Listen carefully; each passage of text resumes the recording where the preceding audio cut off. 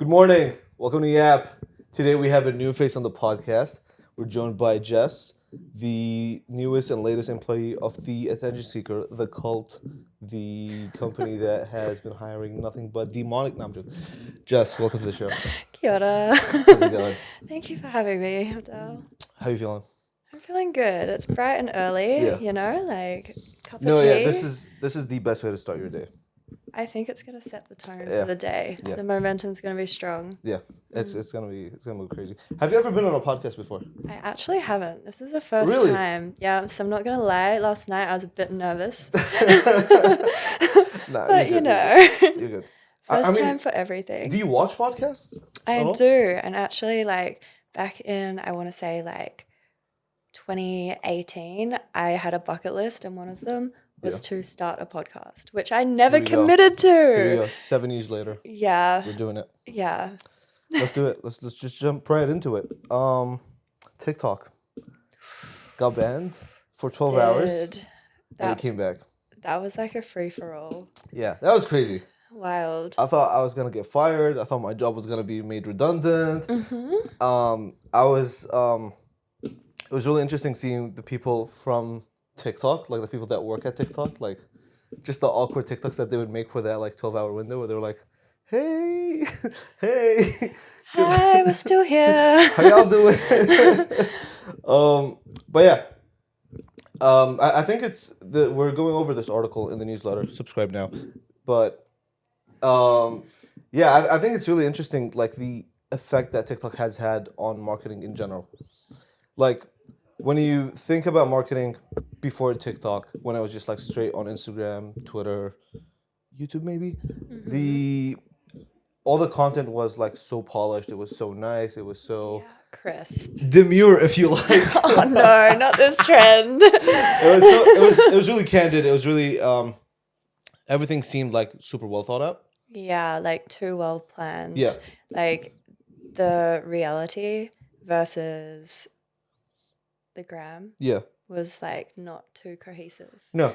Yeah. And like all brands in like it didn't matter what niche your brand was or how classy or like trashy your brand was. You all had the same like polished marketing campaigns. But then TikTok came around and that fucked everything up. And now we got fucking Duolingo looking like an insane batshit 15-year-old woman on the internet. Like it's crazy how much TikTok has flipped everything, I think. Yeah. And it's made every brand wanna like do their own thing and become more unhinged than ever. Yeah, I kind of appreciate the unhinged It is nice. It's fun. entertainment. It's like authentic as well. It's like, not so scripted, which I really appreciate. Yeah. It made everything a much more like chaotic scene. A little, bring the chaos. I feel Like like the- this week yeah. has been a bit chaotic. But like Be Real, for example, I feel like that also, like side by side with TikTok, kind of like leveraged that, like, this is what I'm doing in this exact moment right now. Like, I haven't like done anything to this photo. Yeah. Yeah. Yeah. Yeah, I agree. I also think that like, Be Real maybe has something to do with it, but I think that like the way that TikTok was like rewarding the algorithm was that like it made brands want to become people Yeah. rather than like people. I mean, people have been brands for the longest. Like, think any influencer, they're a brand, blah blah blah. But like, if you think, for example, like Duolingo, you think of that owl, you think of like that one person. Yeah. And It's like the face, the mascot. Yeah. and they're having like real life personalities, even like with the trends that they participate in, so on and so forth. And that was so fresh at the time when TikTok was just coming around that people were like, whoa. Like, I think the initial thing was shock. Like when you see like a super big company, like maybe some random Mitsubishi, like the car brand. True.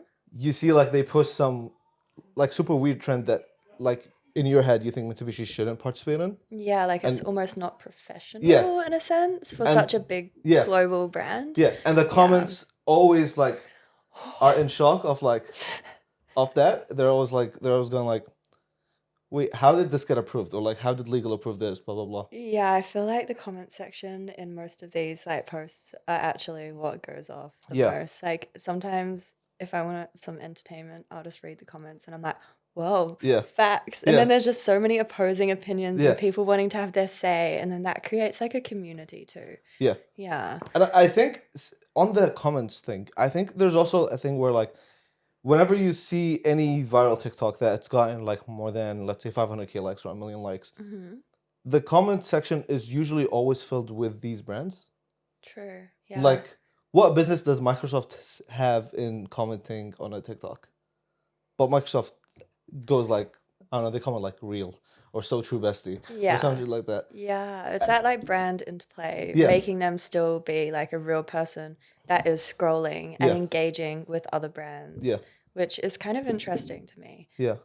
Yeah, it's something that I feel like coming into this role, I've learned a lot about as well. Yeah. Yeah. For those that don't know, Jess is in community management. I feel like I should have said that at the start. But, yeah. Yeah, it's really funny. And I think that like for a while, you wanted your business, you wanted your brand TikTok or your social media your social media brand in general to have that feel of like, oh, the 19-year-old intern is running this account. Yeah. Yeah. And that's what people resonated with the most. I completely agree. There's actually there's like a page that I found while I was living in New York, and it was called like Protego Coco. And it's like this wine store. And to be fair, like their social media managers are pretty onto the trends and everything. But there's essentially these two elder gentlemen that almost seem like your grandparents or like your granddads. And they are so unhinged. Like watching their videos, it just brings me so much joy. Like I'm just cracking up because they're so like new to technology, but at the same time, you kind of see how your grandparents may like your parents would interact with like social media and like their point of view and like just jumping on the trends straight away, but in a way that I kind of personally didn't find it cringe. I found it like really engaging. Yeah. I think there's something in that as well, like with I was saying like how brands are becoming people, but it's almost like brands on TikTok anyway had to become TikTokers. Yeah. Like whenever a big trend blew up, they had to participate in. Yeah. Like as a big brand, you couldn't ignore like, it's cringe now, but like looking back, you couldn't ignore like the word demure or like Brad Summer or like all these like TikTok terms that were trending. As a brand, if you wanted to stay on people's minds, you had to participate in them. Absolutely. Love it or hate it. I hate most of them. But I feel the same way. But yeah, I think that you had to like become a TikToker because I feel like as a brand, you don't really have, especially as a bigger brand, you don't have too many chances to land on people's For You pages. Yeah, no, exactly. Like I feel like it's usually one and done.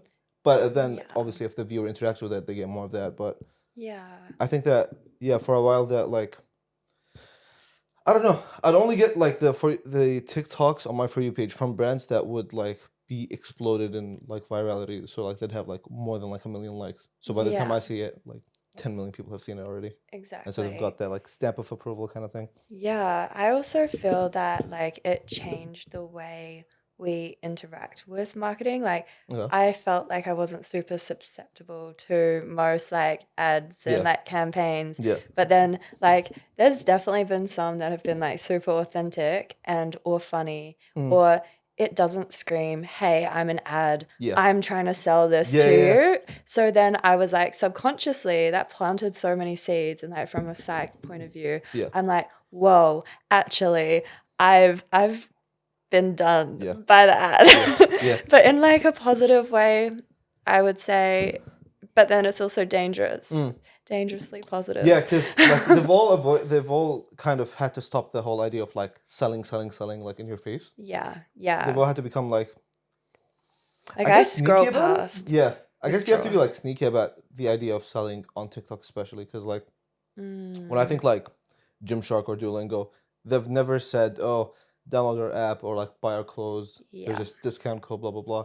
It's always been Indirect. It's always been they've always like participated as a TikToker, and then in my mind, because they've occupied so much of my For You page, when I think, oh, let me buy some like gym shorts, the first brand I think is Gymshark. Let me learn a new language. The first app that comes to mind is Duolingo. And so it's planting seeds. Yeah. And then there's like this kind of, I can't remember it exactly right now because it is too early for me. But there's this thing that's kind of like, if you interact, I think it's like 5 or 8 times with a brand or a person online, then the chances of you actually like pulling the trigger and making the purchase is way more likely, because it's like that trust building, the planting of the seed. Yeah. It's like, I have heard of something similar where it was like, you have to like see something for, I think, it is maybe like 5 to 7 times before you buy it. Yeah, I think it really depends on like what it is. Like if it's a service or if it's a product, and like, I could probably dive deeper, but right now. No, you're good. We get more than enough. I think, like, I also think that like, just this last thing on TikTok, that like, these brands had to become so creative in terms of like their ads, in terms of like their selling.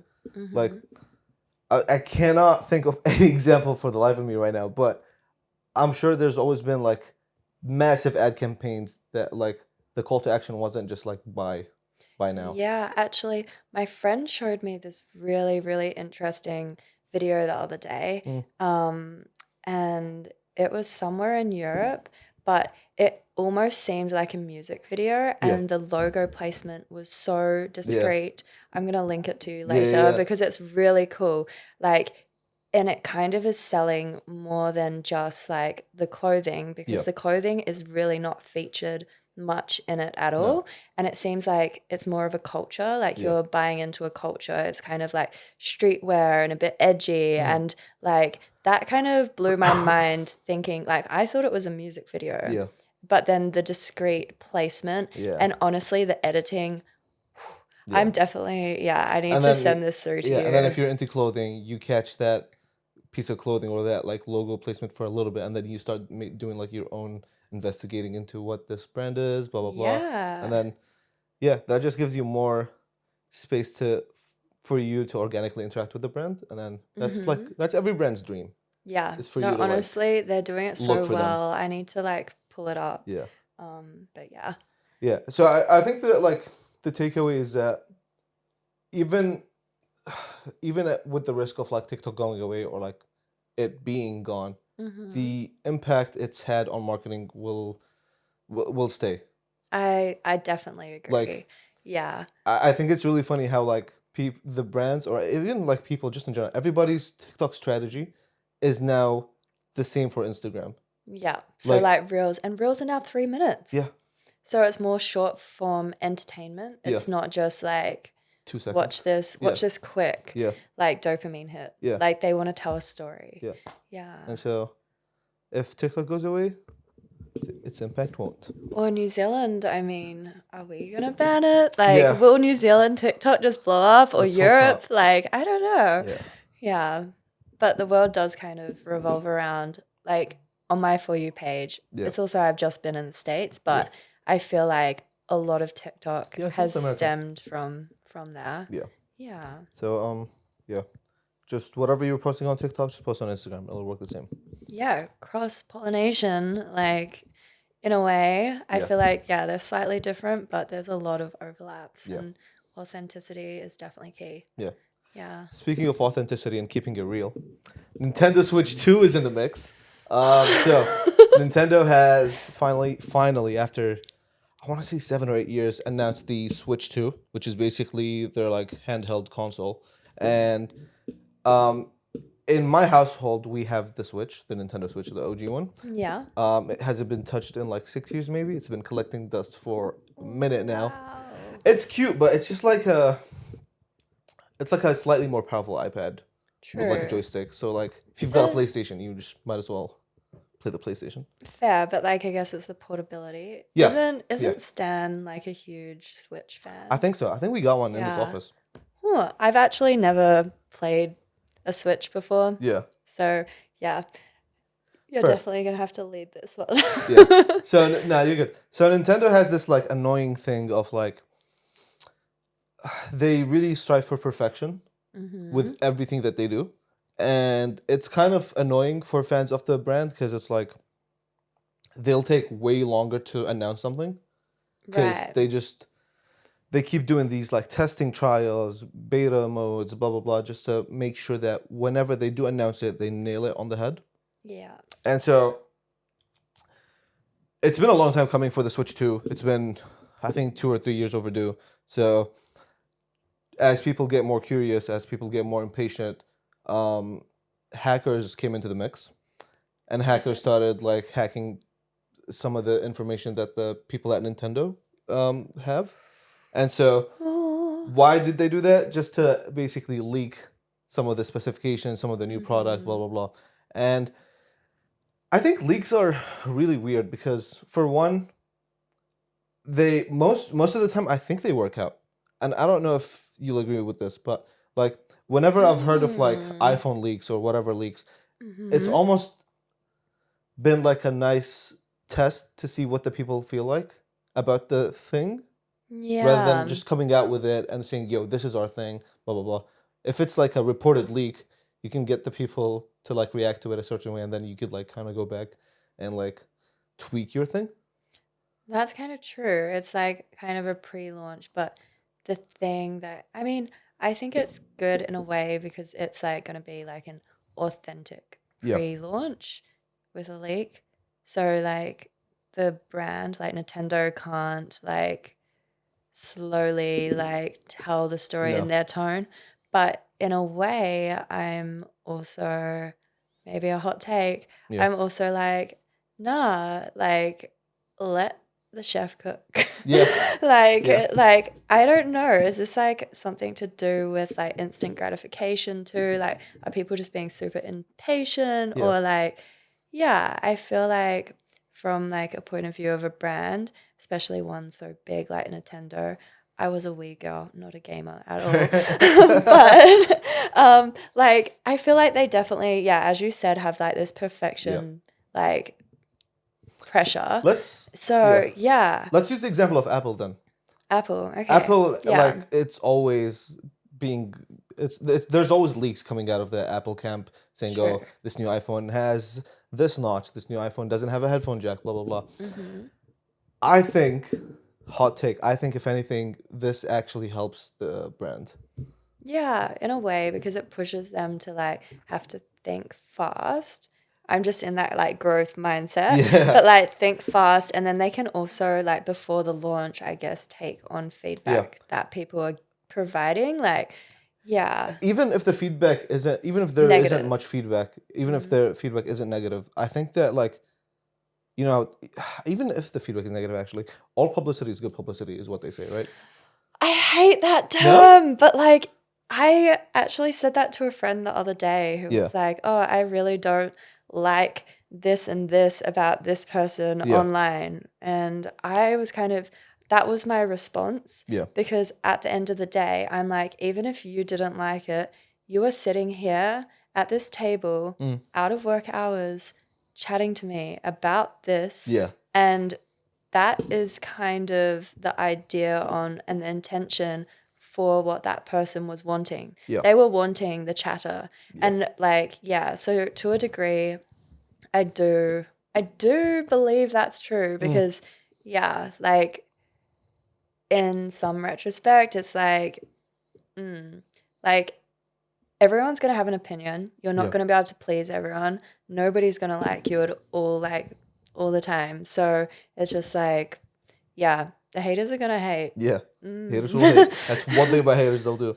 Yeah. I also think that like the problem with Apple and Nintendo is that like they kind of just go quiet until they come out with a product. And I Mm. think that like teasing here and there is actually pretty helpful and will actually just like stop the leakers from doing their job. Because Yeah.